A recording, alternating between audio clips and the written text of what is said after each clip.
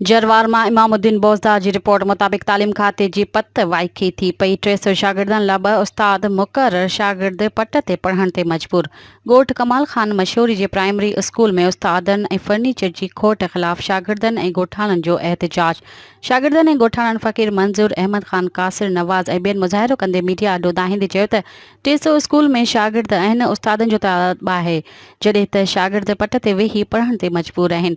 जॾहिं त केतिरा भेरा एहतिजाज कयो आहे, कोई बि ॿुधण लाइ तयारु नाहे ऐं तालीम खाते जा ऑफिसर आहिनि, उन्हनि खे बि लिखत ॾेई थकिजी पिया आहियूं। ख़ुदारा असांजी ॻोठ कमाल खान मशहूरी जे गवर्नमेंट प्राइमरी स्कूल खे वधीक 8 उस्ताद ॾेई खोट ख़तमु कई वञे। ॿी सूरत में DO ऑफिस आॾो धरणो हयो वेंदो।